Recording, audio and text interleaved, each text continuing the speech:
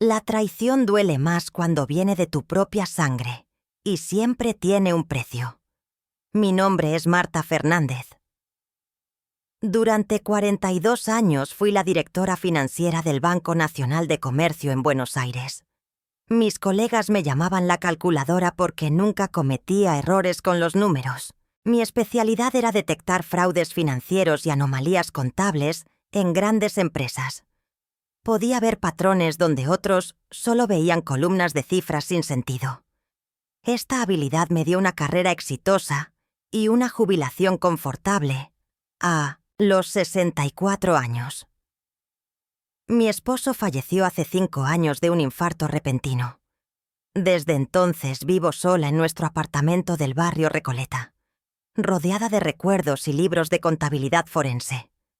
Mi única familia cercana es mi hijo Pablo, su esposa Sofía y mi nieta Martina, de 16 años. Los extrañaba profundamente en mis días solitarios. Siempre creí que eran lo más importante en mi vida después de perder a Ricardo. Nunca imaginé que el peligro podría venir precisamente de quienes consideraba mi refugio emocional. Pablo siempre fue un soñador ambicioso.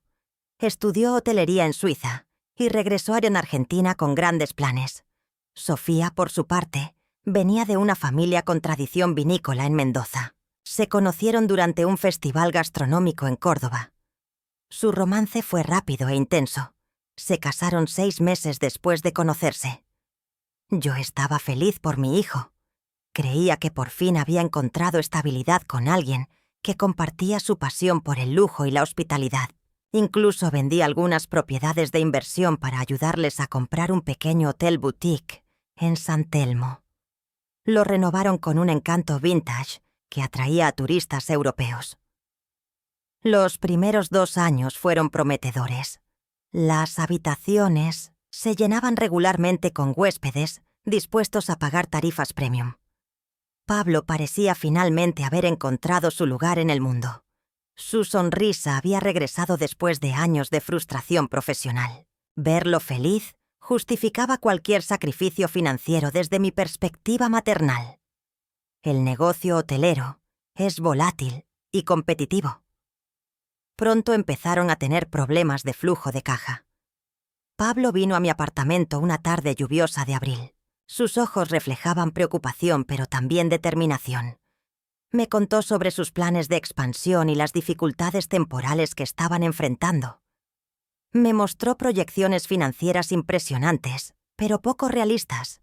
Conocía esas tácticas demasiado bien después de décadas analizando propuestas crediticias. Sin embargo, era mi único hijo.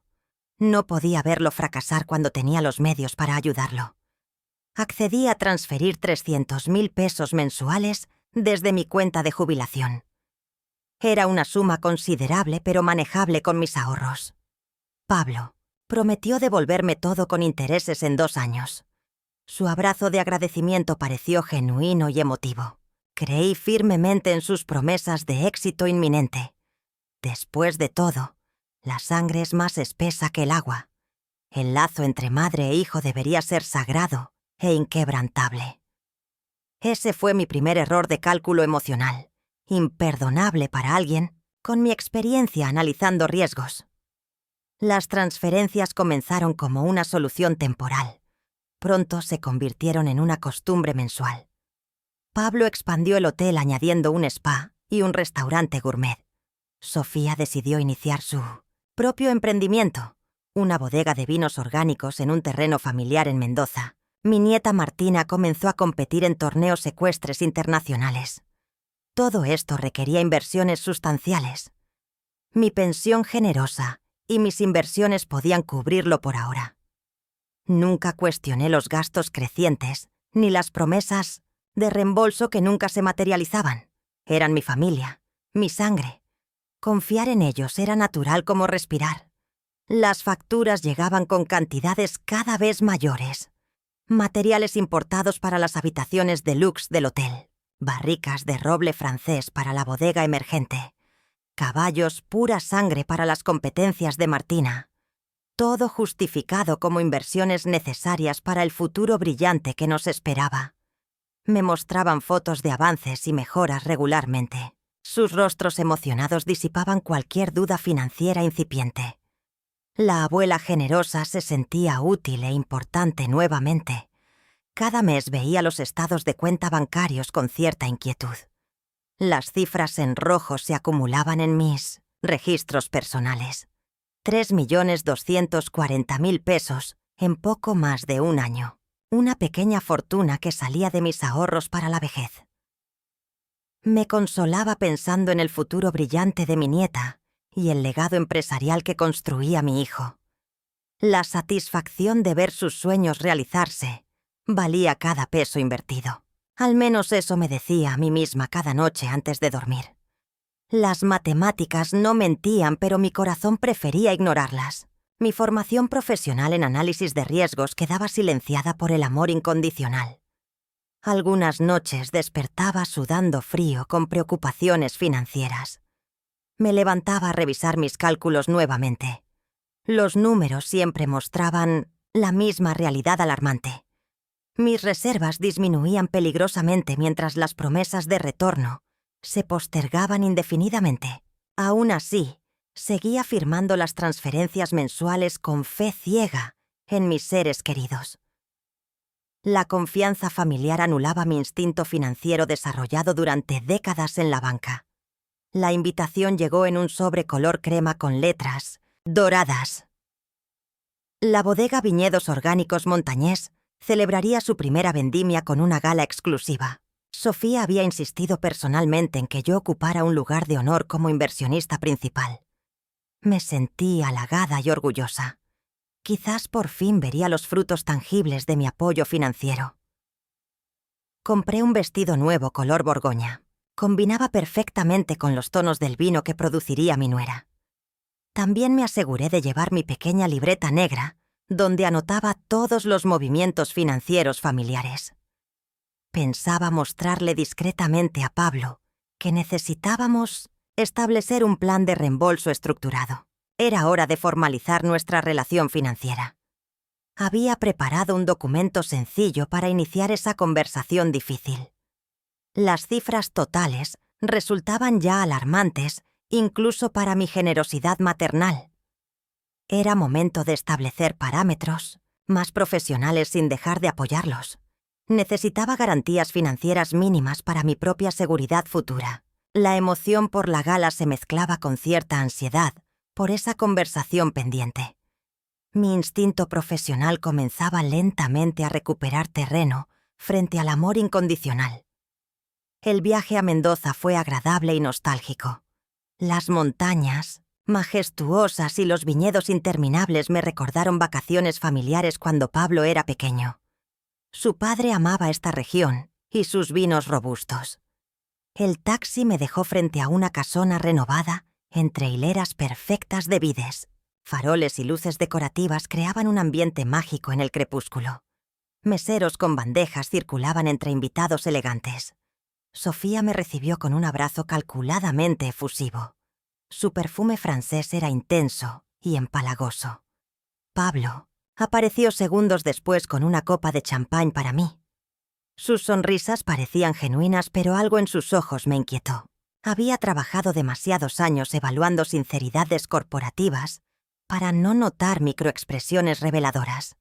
Sus miradas furtivas intercambiadas cuando creían que no observaba. La tensión sutilmente presente en sus gestos estudiados. Pequeñas señales que mi cerebro registraba inconscientemente.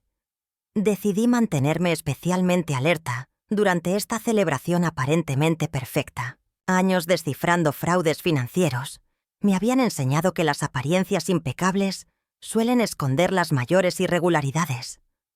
La gala transcurría con discursos elaborados y degustaciones exclusivas. Críticos vinícolas y empresarios locales alababan la visión innovadora de Sofía. Nadie mencionaba que el capital inicial provenía enteramente de mi jubilación. Me mantuve en silencio, observando la escenografía de éxito que habían montado con mi dinero. La cena fue servida en largas mesas, entre barriles de roble. El ambiente era cálido y acogedor. Las conversaciones fluían como el vino que no paraba de servirse. Me sentía cada vez más fuera de lugar, como una intrusa en un sueño ajeno que yo misma había financiado. Escuchaba comentarios sobre inversiones millonarias en equipamiento importado, referencias a contactos europeos interesados en distribución exclusiva, promesas de expansión internacional para la bodega recién inaugurada. Todo sonaba impresionante para los invitados desprevenidos. Para mí, cada frase magnificaba la desconexión entre mis aportes reales y sus fantasías empresariales. Mi libreta negra pesaba en mi bolso como recordatorio silencioso de la realidad financiera que todos ignoraban convenientemente, especialmente mis propios familiares. Sofía anunció el momento culminante de la noche. La primera cata oficial del Malbec Premium que llevaría mi nombre. Reserva Doña Marta. Me sentí momentáneamente conmovida por el gesto.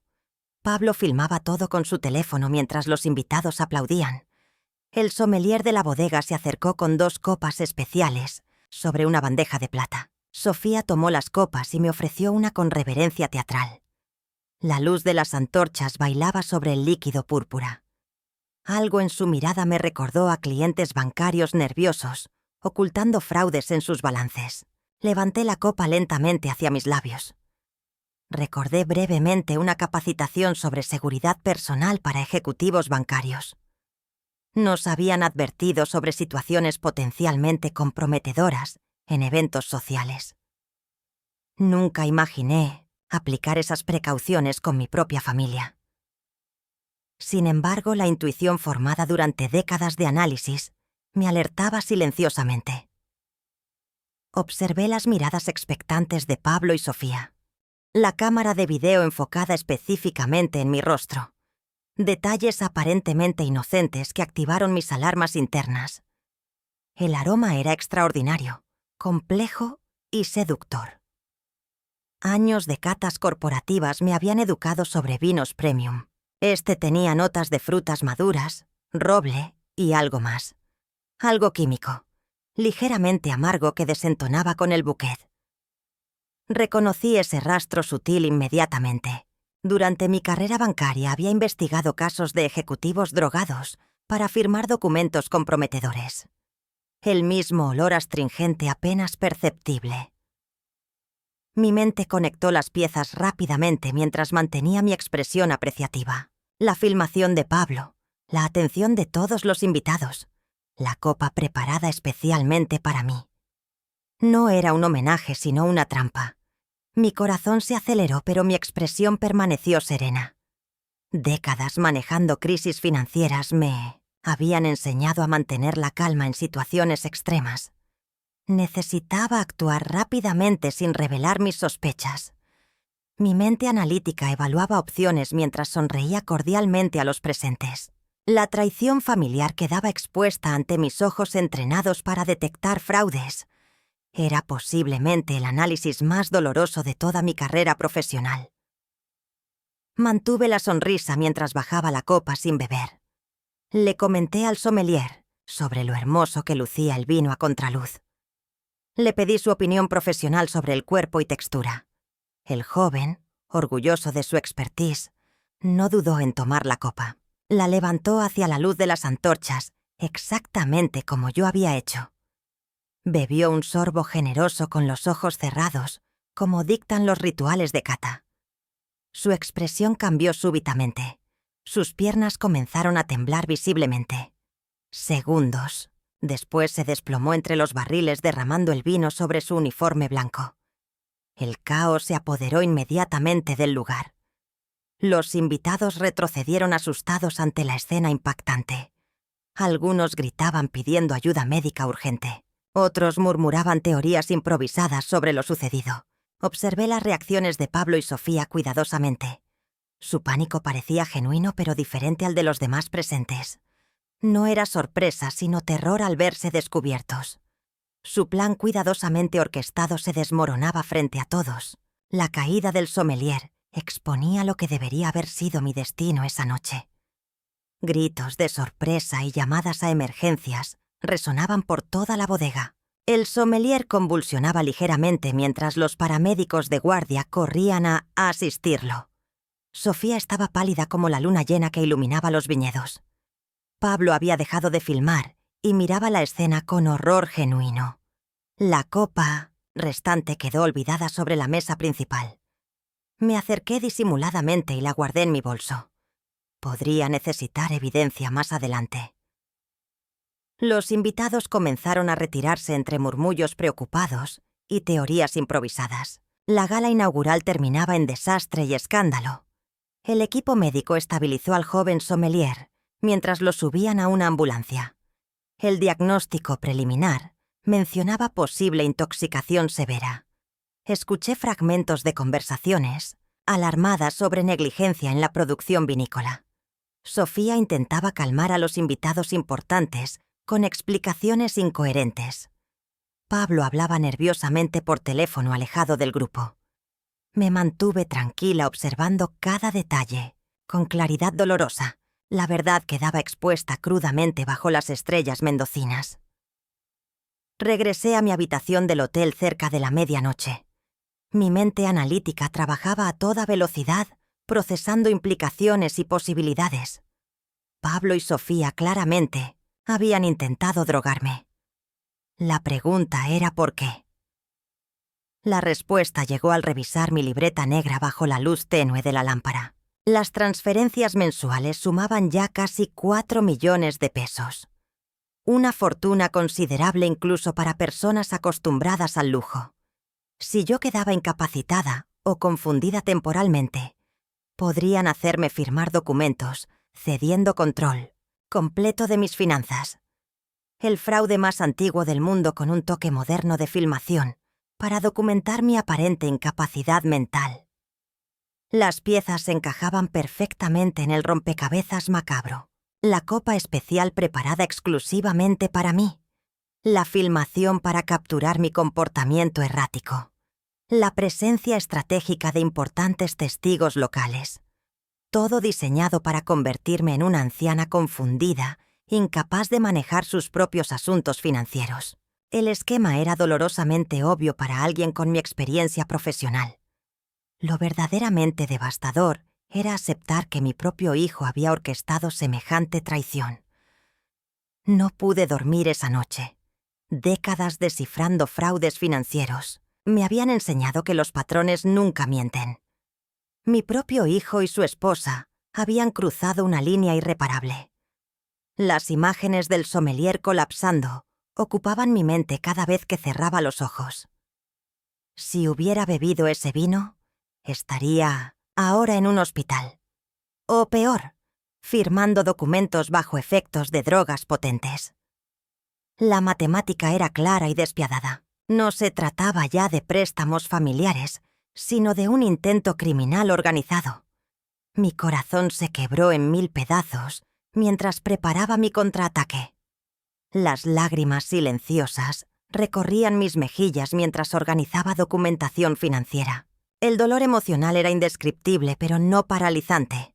La traición requería respuesta proporcional y contundente. Revisé cada transferencia realizada durante los últimos 18 meses. Analicé patrones de gasto y desvíos financieros evidentes. Preparé un informe detallado que cualquier auditor bancario consideraría alarmante. Mi formación profesional tomaba control mientras mi corazón maternal sangraba silenciosamente. El amanecer me encontró completamente vestida y decidida. Había pasado la noche entera organizando documentación y accediendo a mis cuentas bancarias desde mi laptop. Como executiva del banco, mantenía ciertos privilegios y contactos. Realicé 3 llamadas cruciales antes que el sol iluminara completamente los viñedos. La primera fue a Raúl Mendoza, actual director de seguridad interna del banco. La segunda a mi abogado personal en Buenos Aires. La tercera a un laboratorio privado en Mendoza capital. Antes de las 7 de la mañana, un motociclista recogió la copa con residuos del vino adulterado para análisis urgentes. Raúl quedó genuinamente horrorizado al escuchar mi relato. Prometió iniciar una investigación discreta pero exhaustiva inmediatamente. Mi abogado Carlos Bustamante activó protocolos legales de protección patrimonial mientras hablábamos. Las piezas de mi contraofensiva se movían silenciosamente, como en un tablero de ajedrez invisible.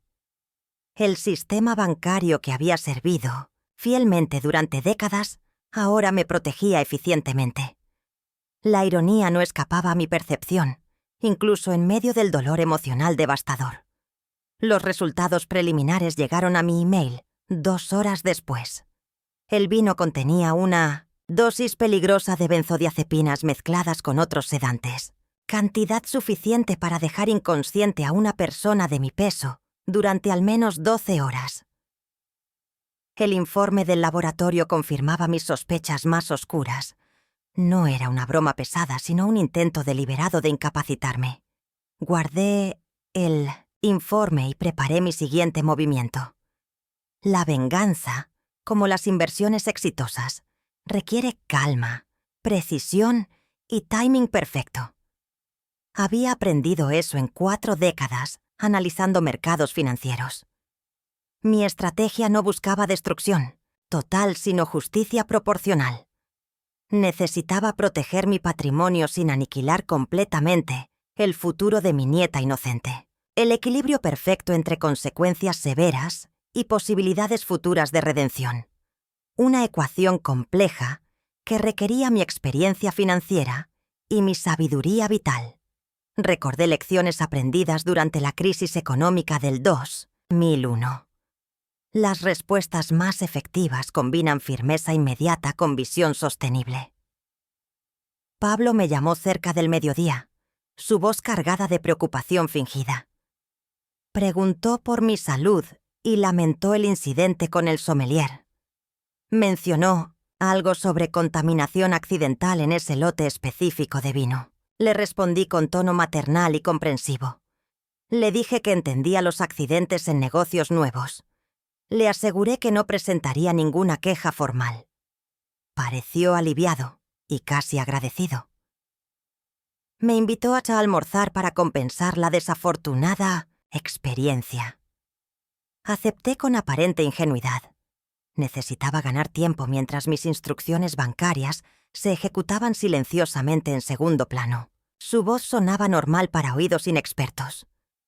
Para mí revelaba tensión apenas controlada y alivio prematuro.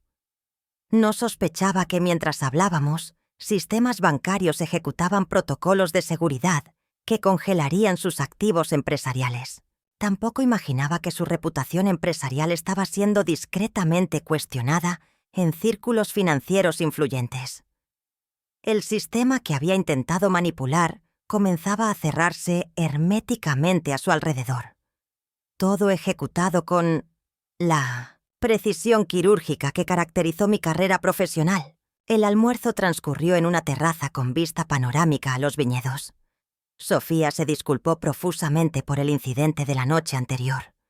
Sus ojos evitaban los míos mientras explicaba teorías elaboradas sobre fermentaciones defectuosas. Pablo mencionó casualmente que necesitarían fondos adicionales para manejar el escándalo mediático. Sugerían transferir $500,000 para contratar una agencia de relaciones públicas especializada. Sonreí comprensivamente mientras degustaba mi ensalada. Les prometí ocuparme de todo apenas regresara a Buenos Aires. Parecían verdaderamente aliviados con mi respuesta. No tenían forma de saber que ya había puesto en marcha mi plan de contingencia. Su alivio prematuro resultaba casi conmovedor desde mi perspectiva informada. Hablaban animadamente sobre planes futuros y estrategias de mercado. Proyectaban expansiones ambiciosas como si nada hubiera cambiado. Yo asentía y sonreía mecánicamente mientras calculaba mentalmente cuánto tiempo pasaría antes que descubrieran la verdadera magnitud de mi respuesta. Posiblemente menos de 24 horas según mis estimaciones financieras precisas. Regresé a Buenos Aires esa misma tarde. El taxi me dejó frente a mi edificio en Recoleta cuando las primeras estrellas aparecían en el cielo porteño. Apenas crucé la puerta de mi apartamento, encendí mi computadora y verifiqué que todas mis instrucciones se hubieran ejecutado correctamente.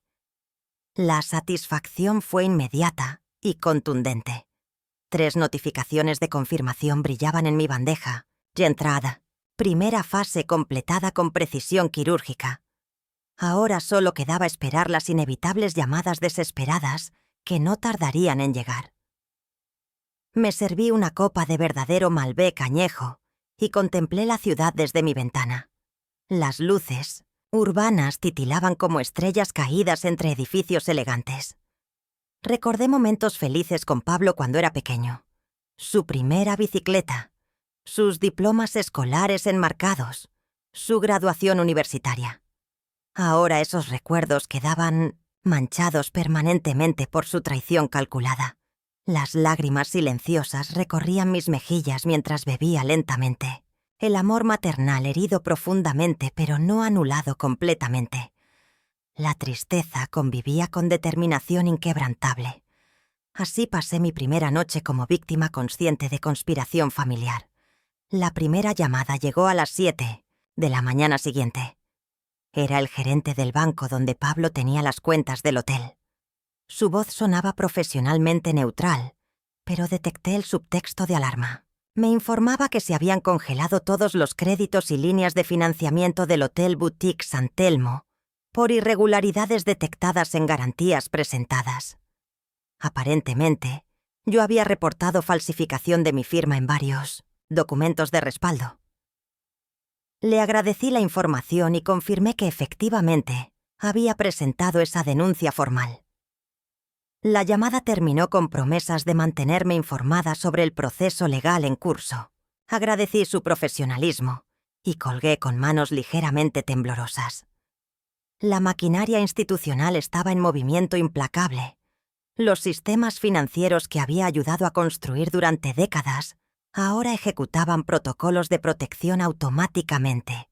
La reacción del banco era apenas el primer dominó en caer. Sabía que seguirían muchos más en cascada perfectamente previsible. La precisión del proceso me resultaba profesionalmente satisfactoria, pese al dolor personal inevitable. Pablo llamó 20 minutos después. Su voz alternaba entre pánico y furia apenas contenida. Me preguntó si sabía algo sobre el congelamiento repentino de sus cuentas comerciales. Le respondí con calma que efectivamente había solicitado una auditoría completa de todas las transferencias realizadas desde mi cuenta personal. También mencioné que mi abogado había presentado una denuncia por intento de envenenamiento con sustancias controladas. El silencio al otro lado de la línea fue más elocuente que cualquier confesión. Finalmente balbuceó que todo era un malentendido terrible que podíamos resolver en familia. Le respondí que los malentendidos no contienen benzodiazepinas en dosis peligrosas. Su respiración se volvió errática y agitada. Intentó explicaciones incoherentes sobre bromas mal ejecutadas y confusiones lamentables. Le sugerí que consultara urgentemente con un abogado. Mi tono profesional contrastaba con el caos emocional evidente en su voz. Décadas manejando crisis financieras me permitían mantener control absoluto, incluso en circunstancias personales devastadoras. Corté la llamada prometiendo contacto posterior a través de representantes legales. Sofía fue la siguiente en contactarme. Su tono usualmente seguro había desaparecido por completo. Entre sollozos me informó que todos los contratos de exportación de la bodega habían sido cancelados misteriosamente esa mañana. Los distribuidores europeos se habían retirado citando informes sobre prácticas irregulares y posible adulteración de productos. La bodega enfrentaba la ruina antes de vender su primera botella oficialmente. Me preguntó si yo tenía algo que ver con esta catástrofe repentina. Le respondí simplemente que las malas noticias viajan rápido en la industria vinícola, igual que las noticias sobre intentos de fraude familiar en el sector bancario. Su llanto se intensificó mientras suplicaba comprensión y perdón. Mencionó repetidamente el futuro de Martina como argumento emocional. Le aseguré que mi nieta estaría protegida independientemente de las consecuencias que enfrentaran sus padres. La devastación en su voz reflejaba comprensión tardía sobre la magnitud de su error.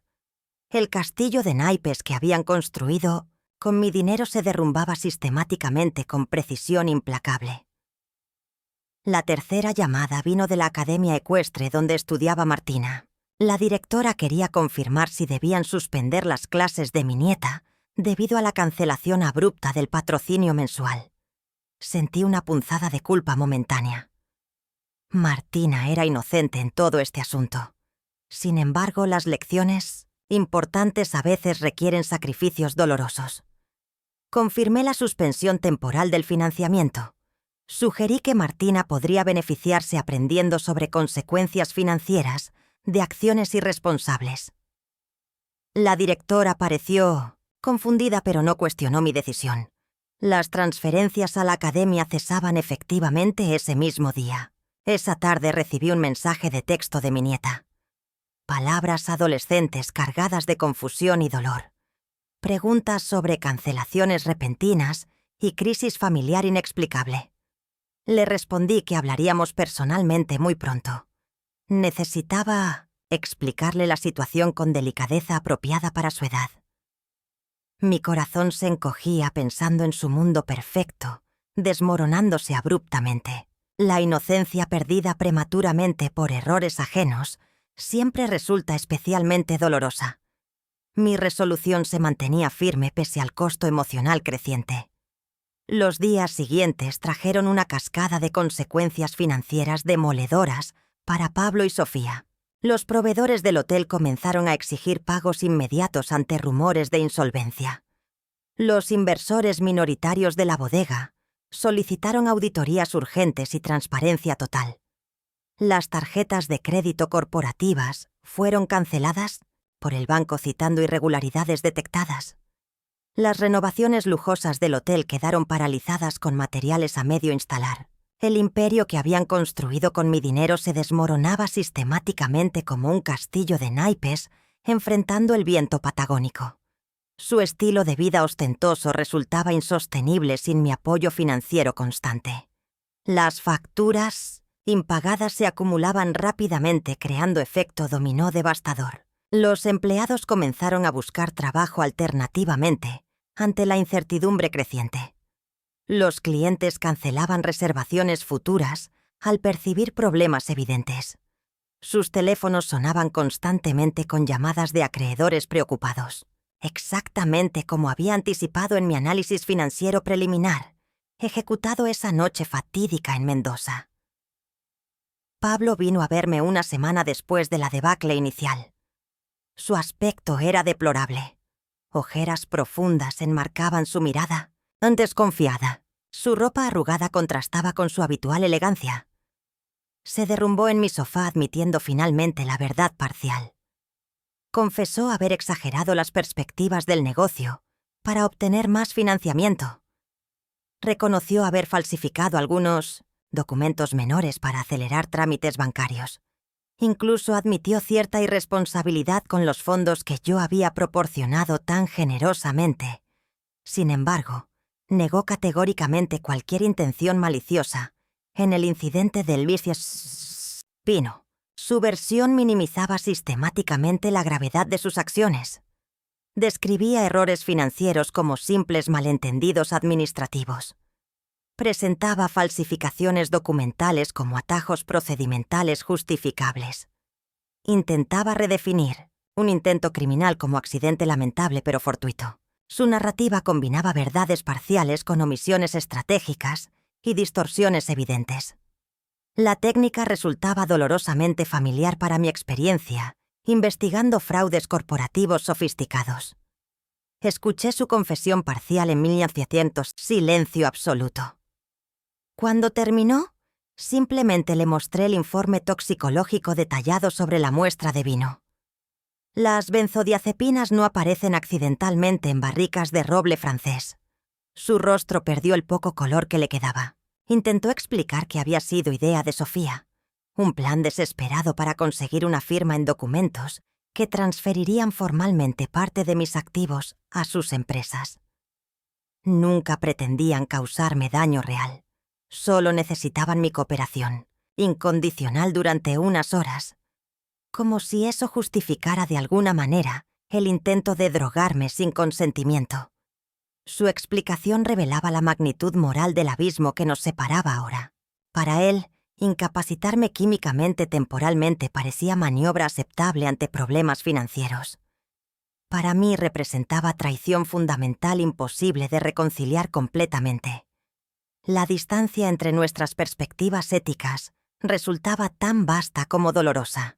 Mi hijo había cruzado fronteras morales que jamás consideré posibles en nuestra relación. Le entregué una carpeta con documentos legales preparados por mi abogado. Contenía un acuerdo extrajudicial y un plan de restitución financiera. Las condiciones eran severas pero justas, considerando las circunstancias. Devolverían hasta el último peso que les había transferido durante los últimos 18 meses. El hotel y la bodega pasarían temporalmente a un fideicomiso administrado por el banco. Podrían recuperar la gestión después de demostrar manejo responsable bajo supervisión estricta. La alternativa era enfrentar cargos criminales por intento de envenenamiento y fraude financiero. Pablo firmó los documentos con manos temblorosas. Su mirada reflejaba comprensión tardía sobre consecuencias inevitables. El plan que había orquestado para controlar mis finanzas ahora resultaba en pérdida completa de control sobre sus propios negocios. La ironía no escapaba a ninguno de los presentes. Me preguntó sollozando si alguna vez podría perdonarlo.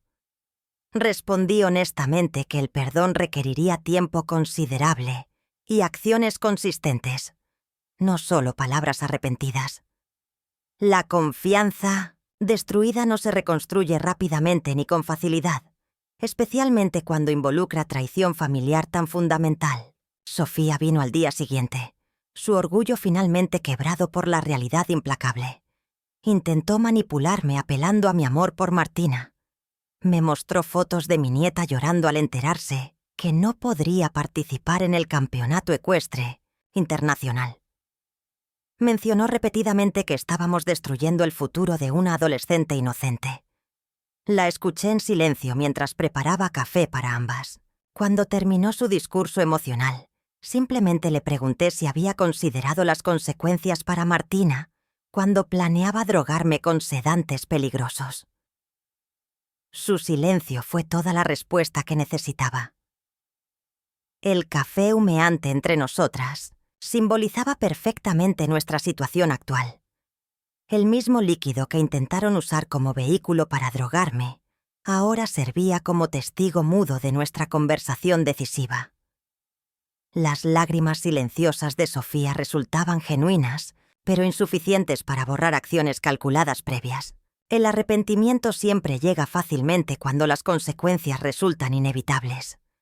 Lo verdaderamente valioso es la integridad que previene acciones inaceptables antes que sucedan. Le expliqué con calma que Martina tendría garantizado su futuro educativo. Había establecido un fideicomiso separado exclusivamente para ella. Podría acceder a los fondos para universidad, incluso para continuar su formación ecuestre si lo deseaba. Sin embargo, el dinero estaría controlado por administradores independientes, no por sus padres. Sofía firmó los mismos documentos que Pablo había firmado anteriormente. No tenía alternativas viables. Su imperio de cristal se había hecho añicos contra la roca de las consecuencias financieras. La última parte de mi plan de contingencia estaba completa. Ambos habían aceptado formalmente responsabilidad parcial por sus acciones. Ahora enfrentarían consecuencias proporcionales, pero no destructivas totalmente. Mi objetivo nunca fue venganza absoluta, sino justicia balanceada con posibilidad futura de redención. Exactamente como había manejado crisis financieras institucionales durante mi carrera profesional. La diferencia fundamental era el dolor personal involucrado en este caso particular. Ninguna crisis bancaria había lastimado mi corazón tan profundamente como esta traición familiar. La reestructuración financiera fue exhaustiva y meticulosa. El hotel boutique permanecería abierto, pero bajo administración profesional independiente. La bodega continuaría operando a escala reducida con supervisión externa.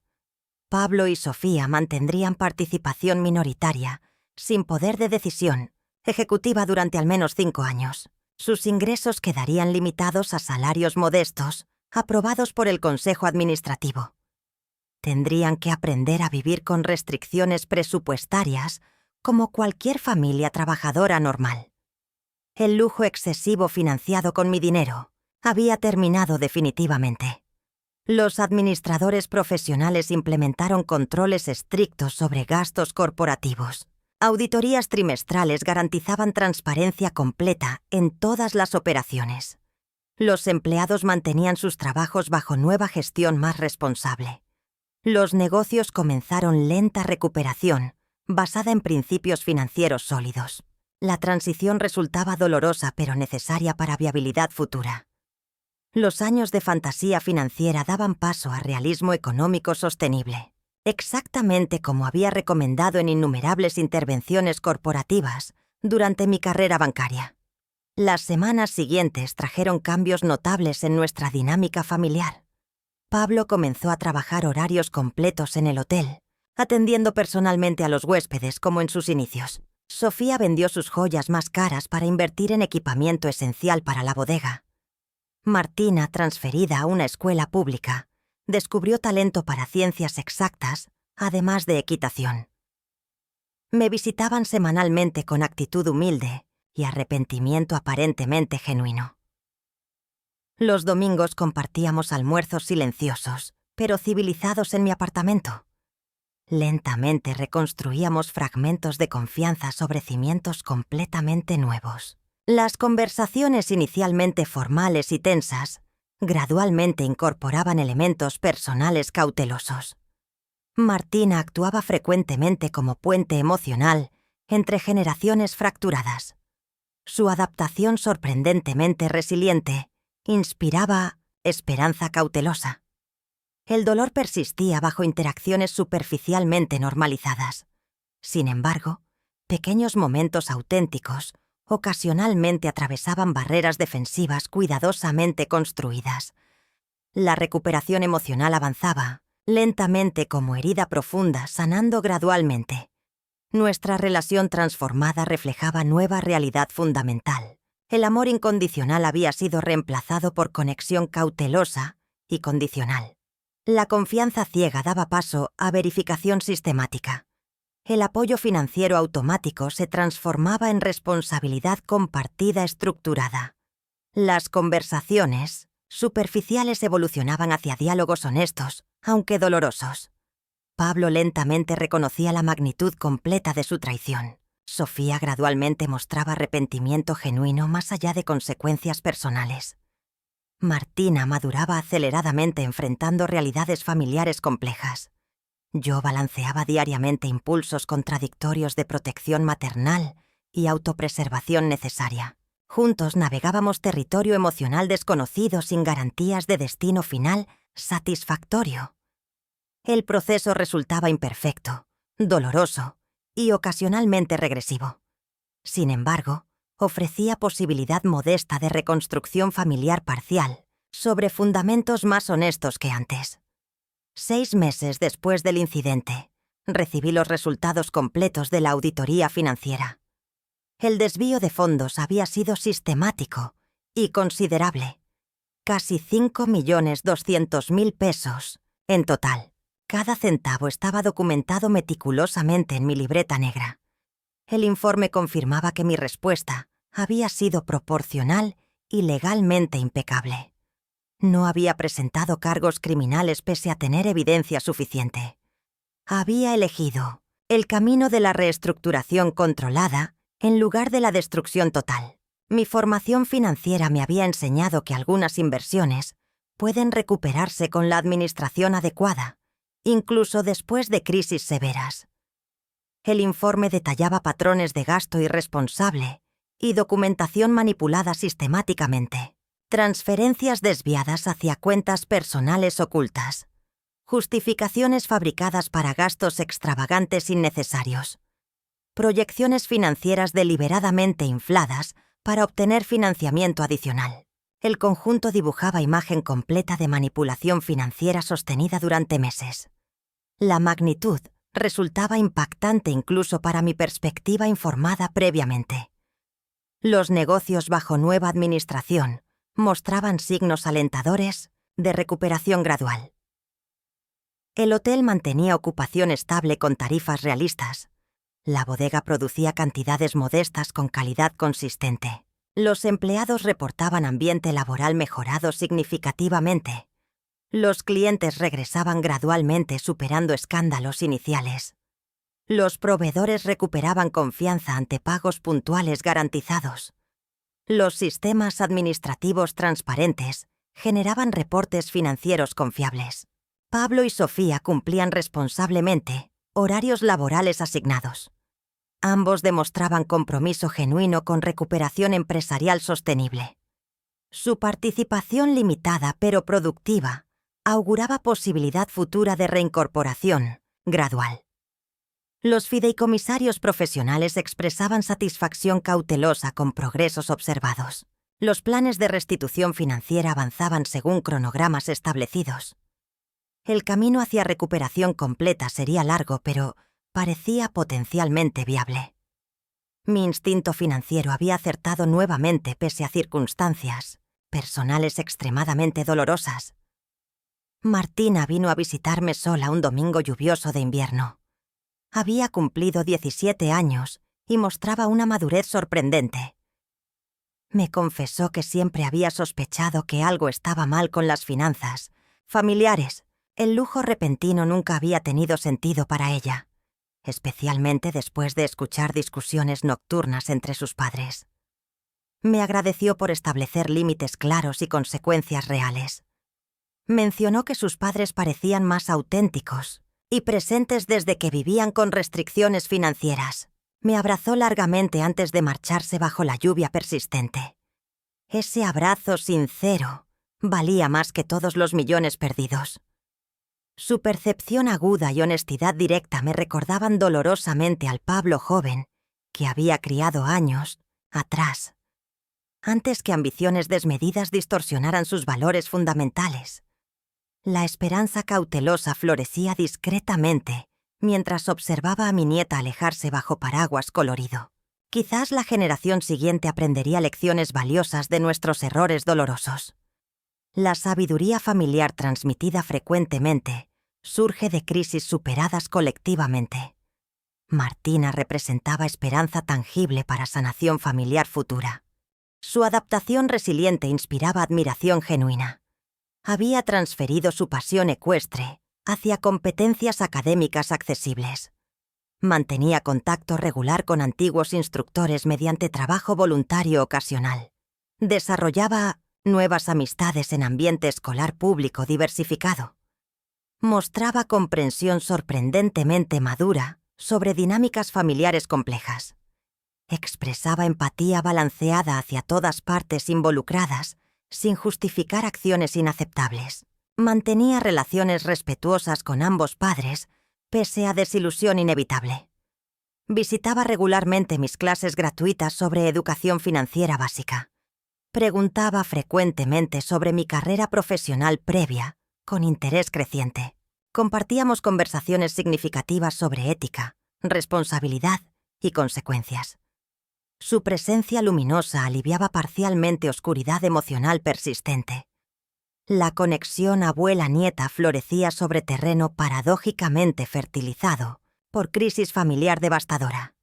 Algunos vínculos importantes sobreviven incluso las tormentas más destructivas. La experiencia me enseñó lecciones dolorosas pero necesarias sobre confianza, familia y dinero. El amor incondicional no debe confundirse con financiamiento incondicional. Establecer límites financieros claros es una forma de respeto mutuo. Mi experiencia profesional me salvó de un destino potencialmente trágico. Ahora uso esa misma experiencia para asesorar a otros jubilados sobre protección patrimonial y relaciones financieras familiares saludables. Imparto talleres mensuales en el banco donde trabajé durante 4 décadas. La traición familiar puede destrozar corazones, pero también puede generar sabiduría valiosa que merece ser compartida. Los participantes escuchan atentamente mi historia cuidadosamente anonimizada. Reconocen patrones similares en sus propias dinámicas familiares complejas. Implementan gradualmente protocolos protectores mientras mantienen relaciones amorosas balanceadas. Mi dolor personal transforma vidas ajenas mediante educación preventiva efectiva. La recuperación emocional avanza cuando experiencias traumáticas adquieren propósito constructivo para beneficio colectivo. Mis talleres comunitarios crecen constantemente en popularidad y asistencia. Jubilados de diversos sectores buscan orientación sobre protección patrimonial efectiva. Comparten historias personales dolorosamente similares sobre manipulación financiera familiar. Implementan progresivamente recomendaciones estructurales basadas en mi experiencia profesional. Aprenden diferencia crucial entre generosidad familiar, saludable y explotación encubierta. Establecen controles preventivos mientras mantienen relaciones amorosas apropiadas. Desarrollan comunicación financiera transparente con familiares próximos. Formalizan acuerdos claros para préstamos internos ocasionales. Distinguen efectivamente entre apoyo constructivo y dependencia destructiva crónica. Rompen patrones intergeneracionales dañinos mediante educación financiera específica. Previenen tragedias similares mediante vigilancia informada, pero no paranoica. La comunidad emergente convierte experiencias individuales dolorosas en sabiduría colectiva, preventiva. Mi propósito reconstruido justifica parcialmente sufrimiento personal inevitable. Pablo y Sofía trabajan diariamente para reconstruir no solo sus negocios, sino nuestra relación familiar. El proceso es lento y a veces doloroso. La confianza, una vez quebrada, nunca se restaura completamente. Sin embargo, las estructuras financieras transparentes que implementamos han creado un nuevo equilibrio funcional. Cada mes revisan reportes detallados conmigo, explicando cada decisión comercial importante. Esta rendición de cuentas constante ha forjado un respeto mutuo que antes no existía. Las lecciones severas frecuentemente producen los aprendizajes más duraderos tanto en finanzas como en relaciones humanas. Observo cautelosamente cambios graduales pero consistentes en sus comportamientos cotidianos. Ahora valoran genuinamente estabilidad sostenible sobre apariencias lujosas temporales. Demuestran compromiso auténtico con responsabilidad financiera constante. Reconocen valor fundamental de confianza como activo insustituible en relaciones humanas significativas. Las interacciones familiares evolucionan lentamente desde formalidad distante hacia conexión cautelosa renovada. Pablo ocasionalmente comparte reflexiones profundas sobre transformación personal dolorosa. Reconoce cómo ambiciones descontroladas distorsionaron gradualmente sus valores fundamentales originales. Describe claramente momento exacto cuando cruzó líneas éticas previamente impensables. Asume responsabilidad completa por decisiones individuales pese manipulación parcial de Sofía. Expresa remordimiento genuino más allá de consecuencias personales experimentadas. Trabaja conscientemente para reconstruir integridad personal mediante acciones consistentes diarias. Mantiene terapia regular para explorar patrones destructivos subyacentes. Desarrolla lentamente autoimagen basada en carácter auténtico versus posesiones materiales. Comienza tentativas modestas para compensar daños emocionales causados previamente. Acepta plenamente que recuperación completa permanece incierta pese a esfuerzos sostenidos. Su transformación parece auténtica, aunque inevitablemente imperfecta, como cualquier evolución humana significativa. Sofía similarmente demuestra cambios fundamentales en perspectiva y comportamiento. Abandonó completamente aspiraciones sociales superficiales previamente dominantes. Desarrolla gradualmente satisfacción genuina mediante logros productivos modestos. Reconoce públicamente errores graves cometidos durante periodo expansivo. Irresponsable. Establece relaciones comerciales basadas exclusivamente en principios éticos transparentes.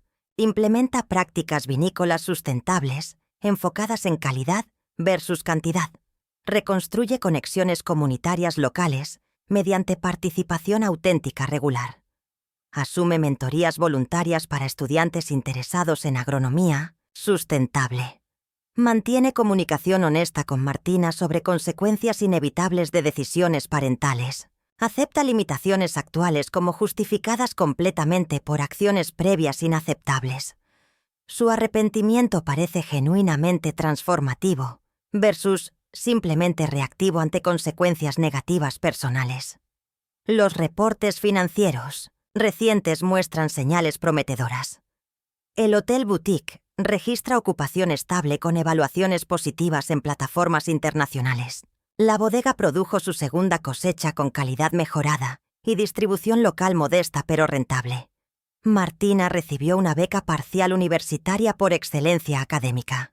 Nadie vive en lujo excesivo, pero todos tienen necesidades cubiertas y propósitos claros. Mi intervención drástica posiblemente salvó a mi familia de un colapso financiero inevitable. Las fortunas construidas sobre deudas ocultas invariablemente terminan en ruina total.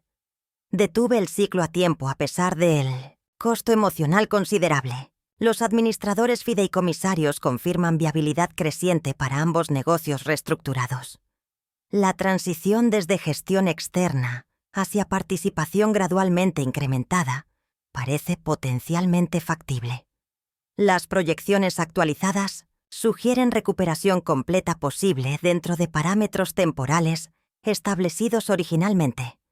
La reestructuración dolorosa pero necesaria produce resultados tangibles consistentes con planificación inicial. La sanación familiar avanza paralelamente con recuperación financiera gradual. Nuestras interacciones evolucionan lentamente desde rigidez formal hacia naturalidad cautelosa. Compartimos ocasionalmente momentos genuinos entre capas persistentes de dolor pasado. Martina frecuentemente facilita conexiones significativas mediante preguntas directas pero respetuosas. Pablo y Sofía demuestran arrepentimiento consistente mediante acciones sostenidas, no solo palabras. Respetamos mutuamente nuevos límites claramente establecidos y comprendidos. Reconocemos colectivamente que algunas heridas nunca sanarán completamente. Construimos gradualmente nueva normalidad imperfecta pero funcional sobre cimientos dolorosamente transformados. Las celebraciones familiares retornan gradualmente con expectativas realistas ajustadas. Las conversaciones incluyen ocasionalmente humor cauteloso previamente ausente completamente. Las fotografías recientes muestran sonrisas auténticas, aunque contenidas versus falsas expansivas anteriores. El proceso permanece inevitablemente imperfecto, pero consistentemente progresivo generalmente. Hoy cumplo 65 años. Celebramos con una cena sencilla en el patio interior del hotel. Pablo preparó personalmente mi plato favorito, sorrentinos de jamón y queso con salsa de hongos. Sofía sirvió un Malbec joven de su nueva línea económica. Martina me regaló un álbum con fotografías familiares antiguas y nuevas. Brindamos por segundas oportunidades y lecciones aprendidas. Nadie mencionó directamente el incidente que transformó nuestras vidas. No era necesario. Las cicatrices invisibles permanecen, pero ya no duelen constantemente. El tiempo y la consistencia hacen milagros incluso con las heridas más profundas. Observé discretamente cambios evidentes en nuestras interacciones colectivas. La formalidad inicial había cedido parcialmente ante conexión cautelosa renovada. Las conversaciones fluían ocasionalmente con naturalidad previamente perdida completamente. Las expresiones faciales reflejaban emociones auténticas versus cuidadosamente fabricadas. El ambiente compartido contenía esperanza modesta, junto con reconocimiento realista de daños permanentes. El balance resultaba imperfecto, pero significativamente superior a alternativas posibles consideradas inicialmente. Reflexionando sobre trayectoria completa desde traición hasta reconstrucción parcial, reconozco valor preventivo de mi experiencia dolorosa. Mi historia personal potencialmente salva patrimonios ajenos mediante educación específica. Los participantes en talleres implementan protecciones efectivas, inspiradas directamente por consecuencias evitadas personalmente. Familias enteras establecen parámetros financieros saludables, previniendo manipulaciones futuras posibles. Jubilados vulnerables reconocen señales tempranas de explotación financiera encubierta. Conversaciones familiares difíciles pero necesarias ocurren preventivamente versus retrospectivamente. Acuerdos formales reemplazan suposiciones peligrosas sobre intenciones puramente positivas. Generaciones diversas aprenden balancear amor familiar con responsabilidad financiera apropiada. Comunidades enteras benefician indirectamente mediante estabilidad incrementada entre miembros particulares. Mi dolor personal trasciende circunstancias individuales específicas mediante aplicación constructiva ampliamente distribuida. La recuperación emocional avanza proporcionalmente con propósito significativo emergente. En momentos de calma nocturna, a veces me pregunto si reaccioné excesivamente. Destruí temporalmente los sueños de mi hijo y nuera. Expuse a mi nieta a verdades familiares dolorosas prematuramente. La respuesta llega rápidamente cuando recuerdo la imagen del sommelier, convulsionando entre barriles de roble. Ese podría haber sido mi destino. La traición planeada cuidadosamente merecía consecuencias proporcionales. La compasión sin límites puede ser tan peligrosa como la venganza desmedida. Encontré un equilibrio que permitió consecuencias severas pero también posibilidades de redención genuina. Las finanzas y las relaciones familiares comparten esa característica fundamental. Ambas requieren balance perfecto entre generosidad confiada y protección prudente. Ningún extremo aislado produce resultados óptimos sostenibles. La sabiduría emerge precisamente mediante navegación constante entre polos aparentemente contradictorios. La experiencia dolorosa puede generar discernimiento imposible mediante teoría abstracta aislada. Mi familia avanza imperfectamente mediante territorio inexplorado colectivamente. Juntos creamos nuevo mapa relacional basado en realidades transformadas irreversiblemente. Nuestra historia familiar continúa escribiéndose diariamente mediante decisiones pequeñas consecutivas. Cada interacción representa oportunidad para reforzar patrones saludables emergentes. Cada conversación financiera transparente construye confianza microscópicamente incrementada. Cada responsabilidad cumplida consistentemente valida cambios fundamentales previamente prometidos. Cada límite respetado mutuamente confirma compromiso con relaciones balanceadas respetuosas. Cada logro modesto celebrado auténticamente redefine valoración colectiva significativa. Cada desafío enfrentado honestamente fortalece resiliencia familiar gradualmente restaurada. Cada disculpa genuina, seguida por acciones consistentes, sana fracturas relacionales microscópicamente. El proceso permanece inevitablemente imperfecto, pero inconfundiblemente progresivo. La familia transformada nunca será idéntica a versión previa, idealizada retrospectivamente. Sin embargo, potencialmente evoluciona hacia versión auténticamente superior, basada en fundamentos genuinos versus fabricados artificialmente. El tiempo determinará eventualmente destino final colectivo, actualmente incierto. ¿Alguna vez pensaste que conocías completamente a tus seres queridos, hasta que descubriste verdades dolorosas ocultas tras sonrisas familiares?